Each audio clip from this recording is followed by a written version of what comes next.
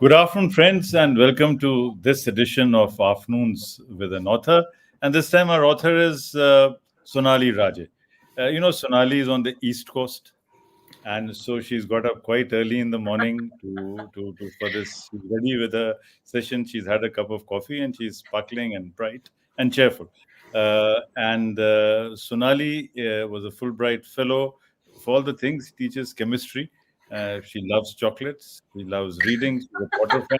And now she decided to reinterpret the Mahabharat, which is absolutely fascinating because only a die-hard Potter fan would agree to take a challenge as tough and as interesting as this. So, congratulations, Sonali, for having taken up this challenge because Mahabharat is the foundational text.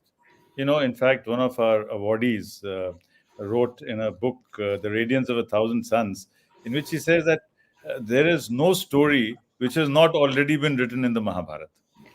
But what Sonali has done is that she's reinterpreting the Mahabharata in a very new perspective. I wouldn't call it it's a feminist perspective. It's a new way of looking at things. It's a new way of interpreting the Mahabharata. So I will not spill all the beans because to spill the beans, we have Shweta with us, Shweta Jain with us.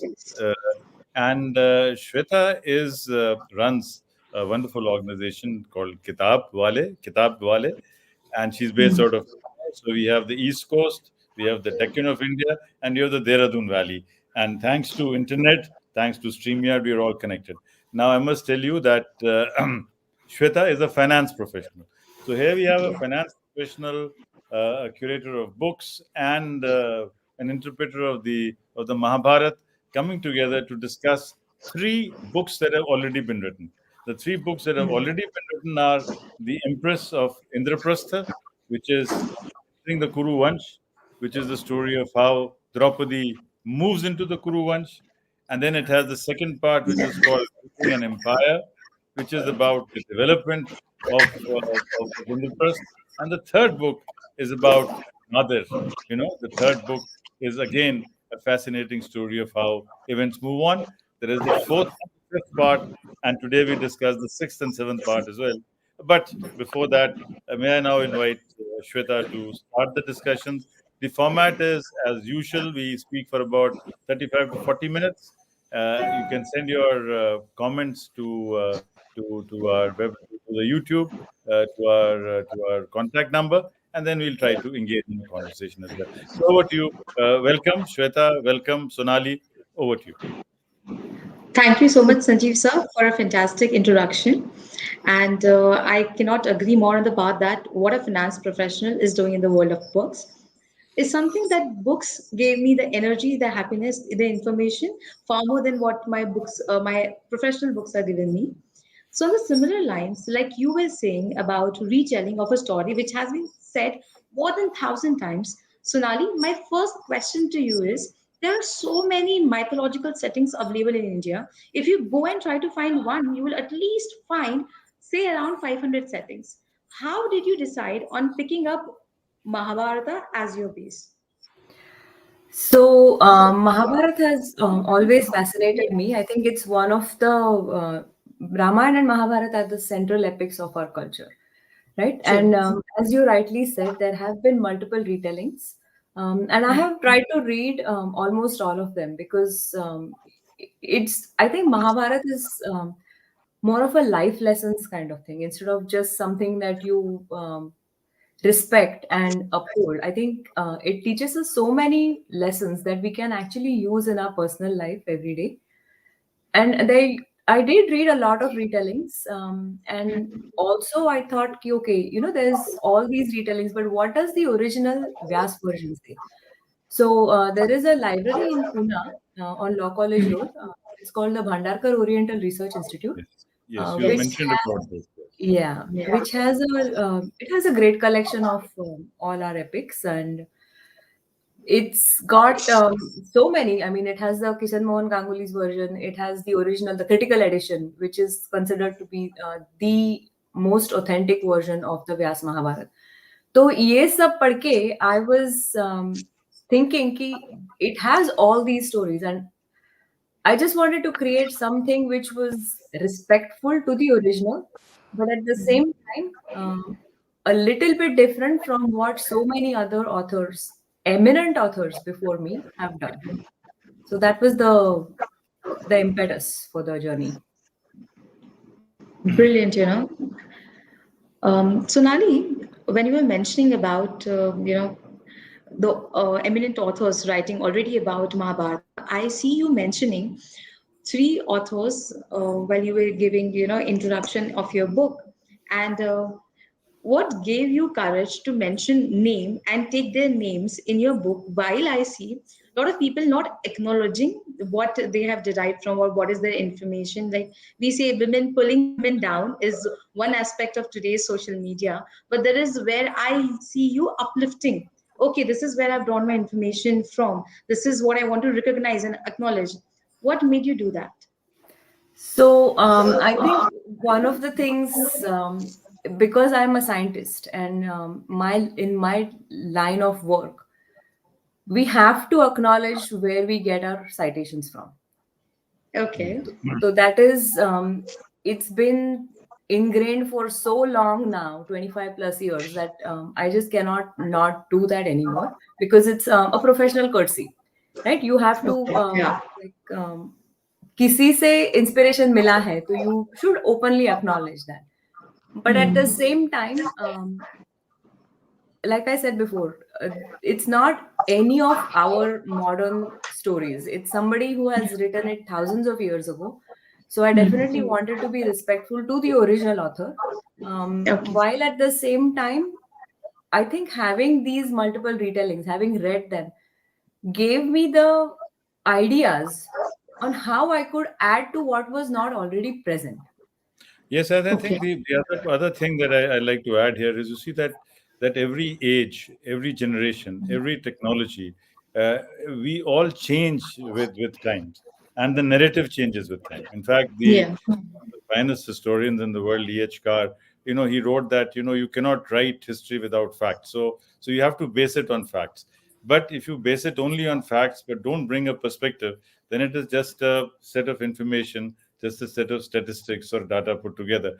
And in fact, if the retelling is not different, then why do you need a different retelling? In fact, Exactly. the very process Yeah. of retelling, you are recreating. In fact, the term that increasingly, which Mr. P. Lal and others use, is transcreation, because we are not just translating one, because we are converting that text into English which is eminently readable and enjoyable today, an English which is Yeah. accessible and which is in fact, as she's a growing daughter, right? So I think you've also written keeping your daughter in mind. You've also written keeping that age group in mind. So every retelling, therefore, is set in a particular context. So a retelling of the Mahabharat, based by an author who's teaching in America, is going to be very different from the retelling of Mahabharat if she was based in Singapore, or if she was Yeah. based in Delhi, or if she was based in Punjab. So I think retelling tells us a lot about the author and about how the author has grown up. I think that's something that we got to reflect on. You know. Thank you. Very true. Sonali, I have a question with you.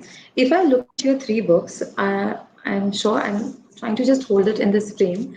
I see the protagonist changing drastically from book one to book two to book three in terms of expressions, in terms of the coverage, the focus. So, what inference a reader can draw from there? So you are right. I have tried to show her journey as a changing character, because it's true, right? All of us go through so many different things in life, and especially Draupadi, she was so unique in her era that I had to make sure that I showed her journey and her growth. Like if you look at a lot of any कोई भी द्रौपदी का नाम अगर Google करोगे ना, the first image Hmm. that comes is of her Vastraharan. And it's Exactly, yeah. that many books, many even in Pinterest or any of those images that you see are of Draupadi pleading with Krishna to save her and the Vastrahara. So it has almost become like a defining feature of her life. And when we are trying to fight victimhood, or when we are trying to uplift victims of sexual harassment or sexual abuse or crimes against women, I this idea that we are constantly showing that person as a helpless person who has only that thing that has happened to them, when there are so many other facets of their life that have, I think, more importance than just that one incident that happened to them. That was what I wanted to change. So I had actively decided ki kuch bhi ho jaye, I'm not going to portray her with that vastraharan image. And I wanted to show the growth and the changing of her personality over a period of time. So in book one, she is the demure bride. Not, I won't say necessarily demure, because she does voice her opinions from day one. And that's what I wanted to show as how her family has influenced her. When you have supportive parents, when you have supportive brothers who are, who have your back, I think that is the need of these times. And I just wanted to, there is nothing in the Mahabharata that says her parents weren't supportive. In fact, she had a very good relationship with her family as well as her mother in law and everything. So I wanted to stay away from she was a victim in her home, she was a victim in her sasural. Like that narrative, I definitely wanted to stay away from. And in book two, where she becomes the empress, Yes. uh, there is in Khandwa, in the original Vyas Mahabharata, there is this um, description of Draupadi as the finance minister of the kingdom, where she handles all the day to day finances. She knows exactly what the accounts of the empire. She makes sure that other people eat before her. She's a very like she's an excellent queen who makes sure that her subjects are happy, and then she takes care of herself. We definitely do want somebody who takes care of her subjects, but I didn't, at the same time, I didn't want to show somebody who just ignores herself or her needs or her family in terms of the other women in the house. There has never been any discussion on what about the other wives of the Pandavas. Yes, ये कभी yes, कभी जो narrative आता है उसमें कहते हैं कि Draupadi prevented them from coming to Indraprastha. That's not true. The original Vyas version also says that she allowed them. They were all living together, because think about it logically. Like if they have to go to visit their wives elsewhere, it's going to take away time from the kingdom, and you're not going to be able to Yes. fulfill all the duties. So that camaraderie with her sisterhood, I call it, because they were all working together to uplift the kingdom. And then in book three, where we all know the infamous incident that happens to her with the Vasra, but instead of portraying her as a victim of her fate, nobody comes to help her. But she was bold enough, she was talented enough, where she was able to stand up for herself. And the one of the main things I wanted to focus on was with women's empowerment.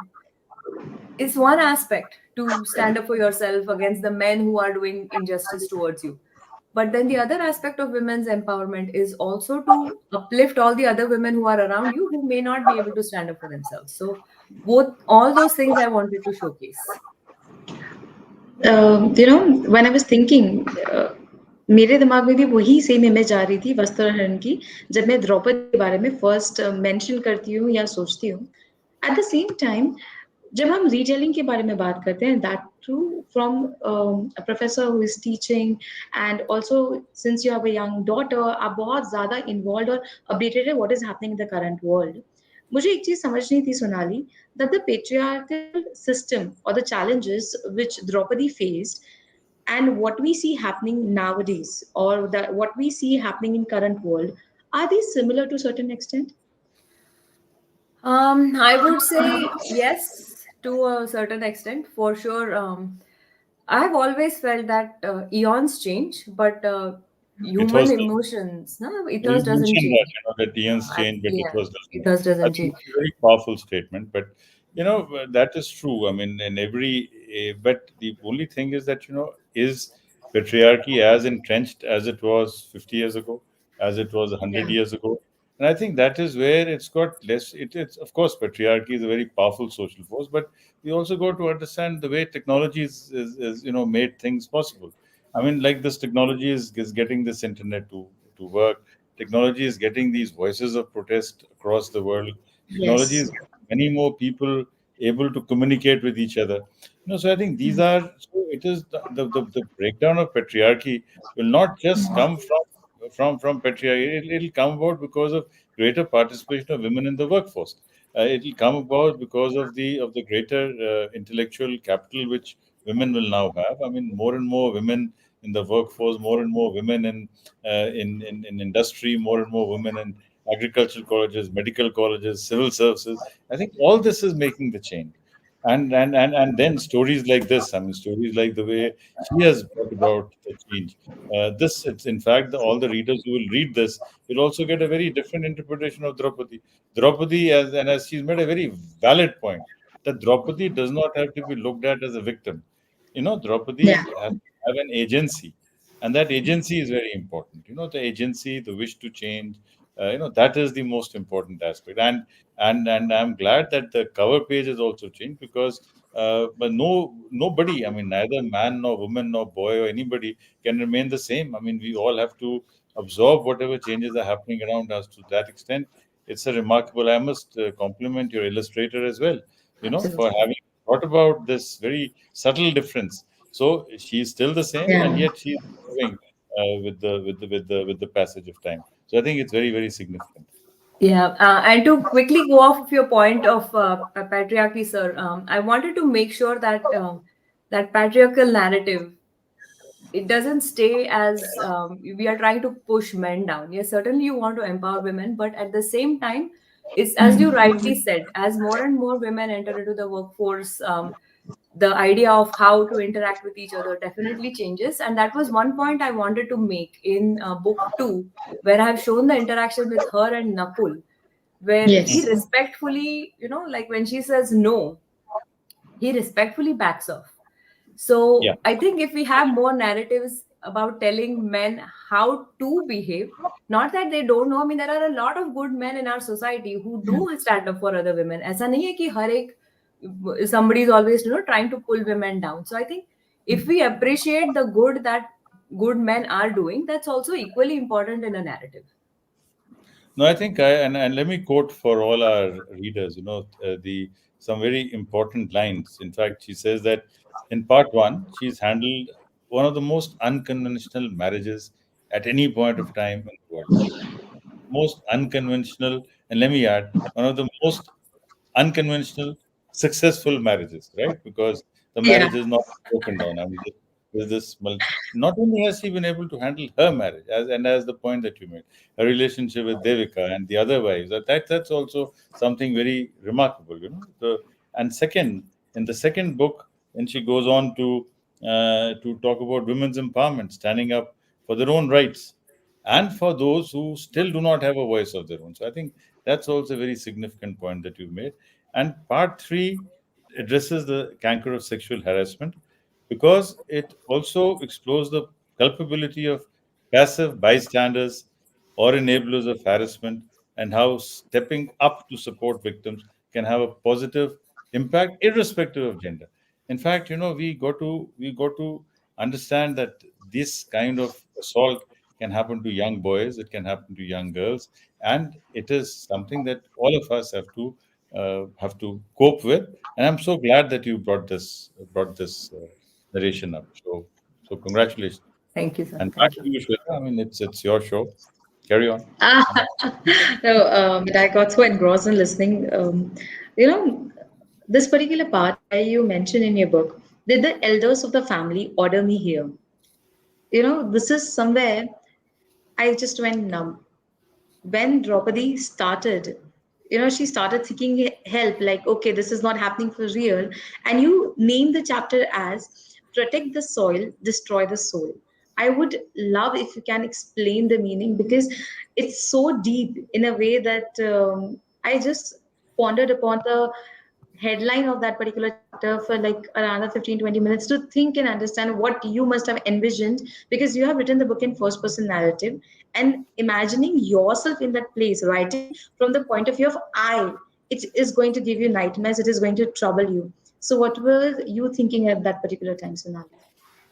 So I think that is one of my favorite titles in book three, because I think I wanted to focus on how sometimes we can be so, we have this tunnel vision. This is what we have to do. That's our duty. And there were so many eminent men in that assembly who could have easily stepped up to help her. It was about Pitama, the one person who, the Kuru patriarch, the one true Kuru patriarch who had taken upon his shoulders to make sure that the dynasty is always going to be standing. I think Bhishma failed terribly on that day, where he could have stepped in. He could have done. I mean, there are so many could have, should have, would have, right? But um, the fact that he chose to focus on his duty or what he perceived to be his duty, and that's what I have said. Like, they probably did what they perceived to be their duty, not what I thought was their responsibility. And Yeah. that is something that I think all of us deal with in a lot of ways. Like, we have certain expectations from people which might not always necessarily get fulfilled because their idea of what they should be doing may not necessarily match with what you should do. And Hmm.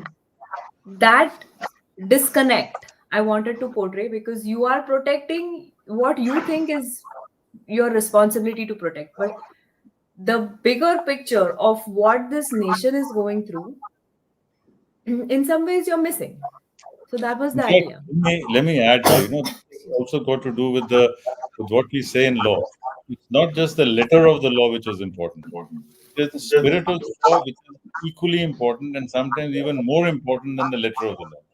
So what Bhishma Pitama and the Pandavas and the court were doing, they were only following the letter of the law to the T. They were not going into the spirit. And it's a very classic case of, of following the letter by abandoning the spirit, by abandoning the entire purpose. So that's a very important lesson for all of us. I mean, those of us who are in administration, in judiciary, in teaching, in various things. So all situations in our life, we have to understand not just the text, but also the context. A line is not a line in itself.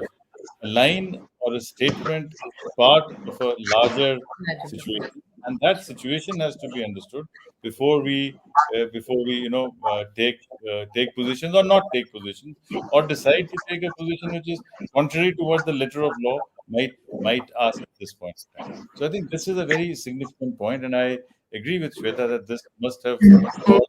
Uh, uh, I mean, you must have thought very deeply while writing this novel. Yeah, yeah. Sonali, my actually next question is a build upon what just Sanjeev sir said, that following by the spirit of what they're intending to or on what has been said. If you look from Draupadi's angle, starting with the first book also, when she is, initially married to one person and then later on, sort of in an arrangement or marriage with five people, what would have happened if she would not have taken that, she would have taken it spiritfully? I want you to answer that, because when sir mentioned and I thought in my head कि ये वाली चीज कि उन्होंने मना कर दिया होता, अगर वो सोचती या एक्सेप्ट नहीं करती तो क्या होता? So, that's a very tough question. Wow. So, um, and honestly, I did think of that. What Okay. would have happened if she would have said no? Because Yeah. I think Then the part, certainly Mahabharat would not have been written, you see. exactly, yeah, पूरी And the Mahabharat he Mahabharat खत्म हो would जाती. not have happened. Like, right there, the story would have stopped. And the answer to that question is what I have tried to give in, I forget the name of the chapter now, because it's been like, right I now think my mind is in, partly it is in ethics versus morals, and that also a lot of these dilemmas have been covered in have ethics been versus. brought out. Yeah, Yes, exactly. yeah. So I have This is tried in to, the first, yeah. that's exactly where the dilemma has been brought out. Why am I listening to this, or why am I getting involved in this unconventional marriage? And the narratives that we have are Kunti pushed it on her, you have Mahadev's Vardhan. So I definitely wanted to be respectful to that. But at the same Mhm. time, this question that you raised, this is an unconventional relationship. Why am I putting myself through this? Is Arjun okay with it?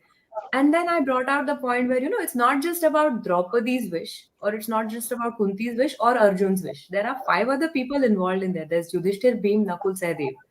What if Yeah, one of them didn't want to marry her? exactly. Yes. We didn't, I mean, that has never been explored before. Like, it was always like, okay, she is so beautiful, and oh, we are all like totally Hmm. fida on her, which is true. I mean, that is the Vyas narrative. But at the same time, in this day and age, are we just going to stick to that? Or it's like Sir said in the beginning, if that's all we are writing, why even bother to write a retelling? Why, if you're repeating Vyas all the time, there is no point in you putting your name on the book and citing Vyas through and through, right? You have to have some originality and some creativity, which does not, at the same time, I don't want to do a character assassination of what the original author intended. So it was a very tight rope for me to make sure that I keep the ethos of the original while putting in some of these new ideas. And how she would explore, okay, how, why am I saying, and she does say no in the beginning, like, no, I don't want to do this because Hmm. this is unheard of. But then when she talks to Kunti, or when she talks to Arjun, she talks to Krishna and goes through the thought process, like, can I, am I going to be able to handle this? And she thinks for herself, okay, okay, my voice is not going to be heard. What if something happens to Panchal? What if Yudhishthir marries somebody who is not going to be compatible with what I hold here, or the values that Yes. I want to, make sure that I can bring forward? And how you Arjun also supports her. Ki, this is what your capability is. I definitely wanted to, like, the when Sir said in the beginning, the patriarchal narrative that we are trying to shift away from, having a supportive husband who is willing to take on such a monumental decision, where he is also thinking of what is good for her as well Hmm. as for the kingdom. So I think Arjun also played a very important role in maintaining, or like enabling, that unconventional marriage to take place. Let me quote you from your from this chapter, ethics versus morals, and I think this is the most interesting part, or the most significant part, when she's asking Krishna that what situation have I landed myself in, and so Krishna tells him that she's asking that has any woman been treated like this, and then Krishna tells her that first of all, stop calling a situation the worst in your life. Every situation is just that, a temporary situation at that point of time in your life. It may or may not be the best or worst situation in your life, because no human being has the power to see the future. This goes on. So I think this is a very important inflection point in the book, where she's raising questions, and rather than see, another interesting thing about this book is that Krishna doesn't order her. He is not ordering her. Ordering her. It's a dialogue. It's a discussion. It's a conversation. Let me put it. It's also negotiation. It's a True. negotiation which fortunately seems to have worked uh, under the circumstances.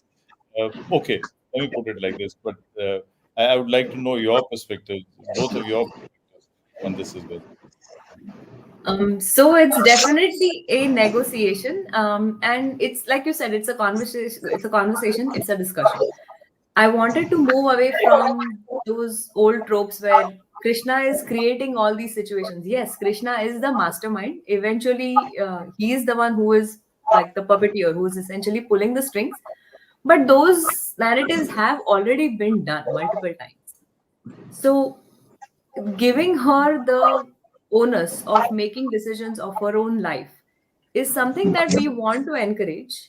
Absolutely. And and at the same time, having this open conversation is so important in all relationships, not just between friends, but between spouses. I just, my central take is, if only people had just been a little more open with what was going on in their lives, this entire war could have been avoided. Right. So this idea that I wanted to put forth, where they have this open discussion, where she is talking to him, he is not, like you rightly said, sir, he doesn't want to influence her decision in any way. He repeatedly tells her, like, you decide what you want to do, and we will all go along with it, because this is going to impact everybody's. And he reminds her of that it's not just your decision, it's what all the other five of them are also going to be comfortable with. So it's not just what you think, Yeah. it's what the others think also. What do you think, Sweta? What's your perspective? I mean, in this particular situation, I just say that the upbringing also matters, where we have been taught to look into what others think, what influence they would have on our life, and at the same time to understand that okay, if I am doing this, this is going to affect and protect me in some other manner, is something what Draupadi must have thought. It might be have created a havoc and turmoil, but वो जो far sightedness था ना उनका, that has really led her to where she actually eventually goes. I would strongly say that when as a young adult I started reading about Draupadi, I never liked the character because मुझे वो हमेशा वो victimhood ही समझ में आया था, और जितनी बुक्स मैं पढ़ती थी इसके पहले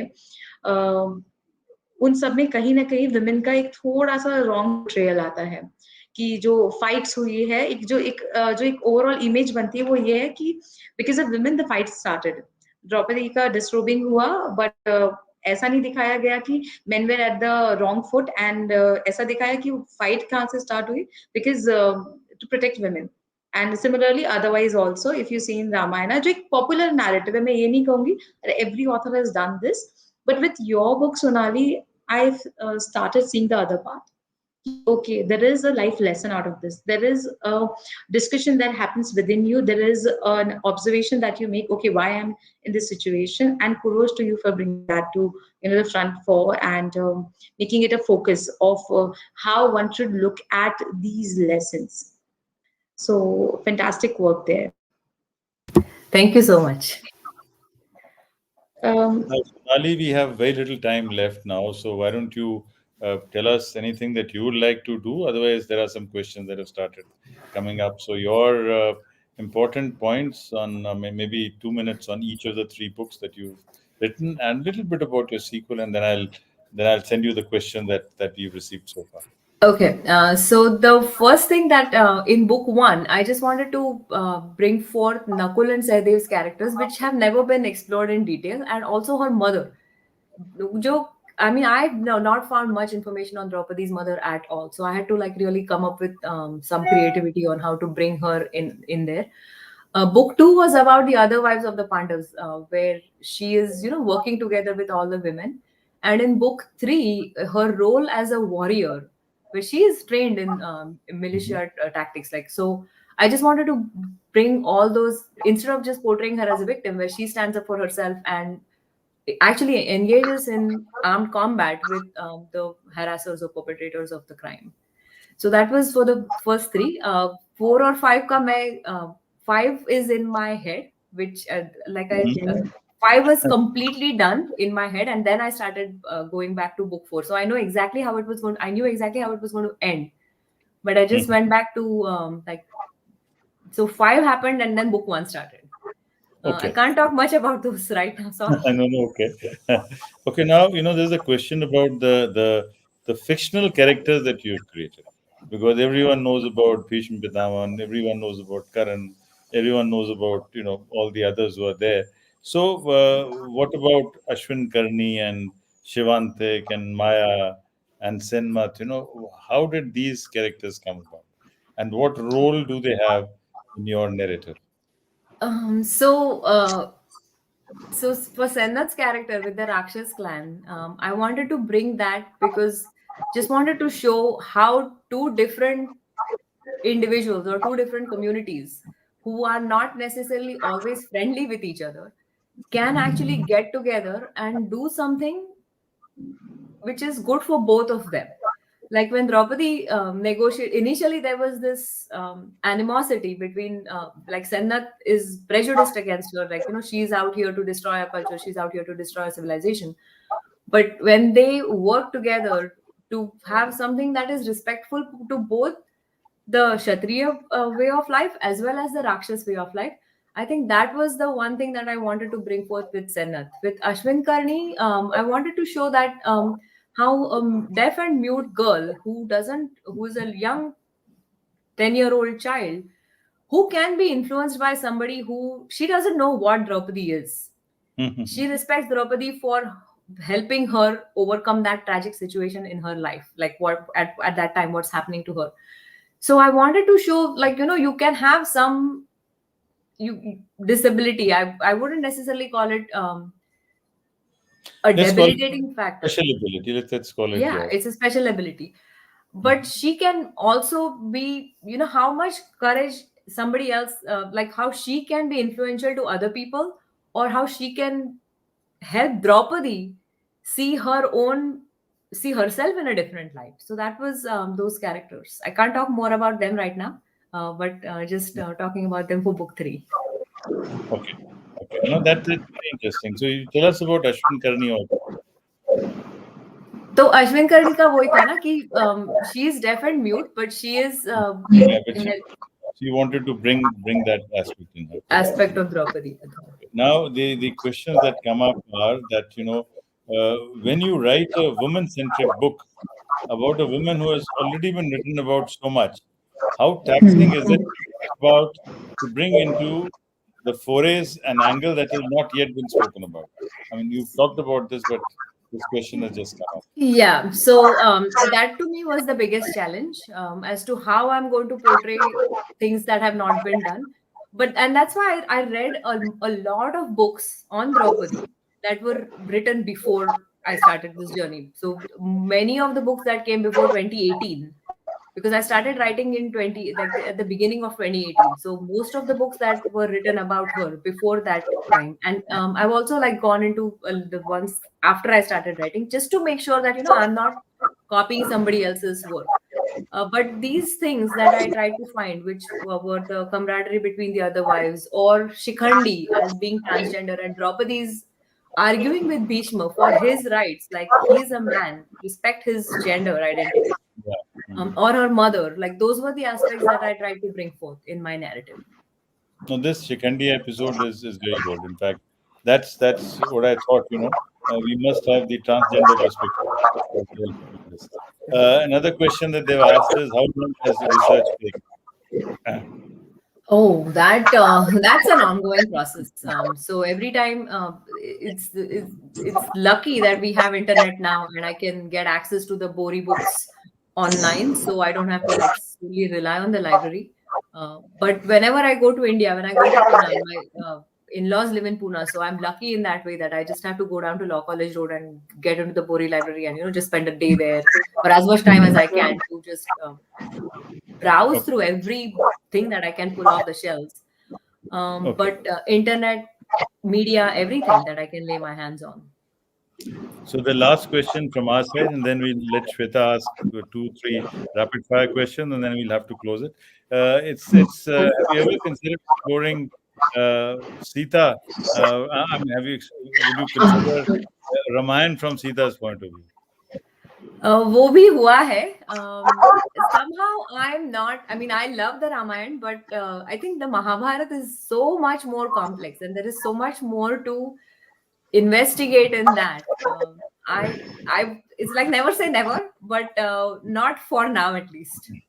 Yes, and then I think Mahabharata has several characters. You have Krishna, Yeah. you have Arjun, you have Bhim, you have Nakul, you have Sadev, you have Bhisham Pitama, you have Vidur. I mean, all of them, and even with them, you have such a wide range, such a wide, texture. Which Ram is the story of Ram, the Maryada Purushottam Ram, and you can't go very wrong about Ram. Yeah. But all these are very playful, very interesting characters.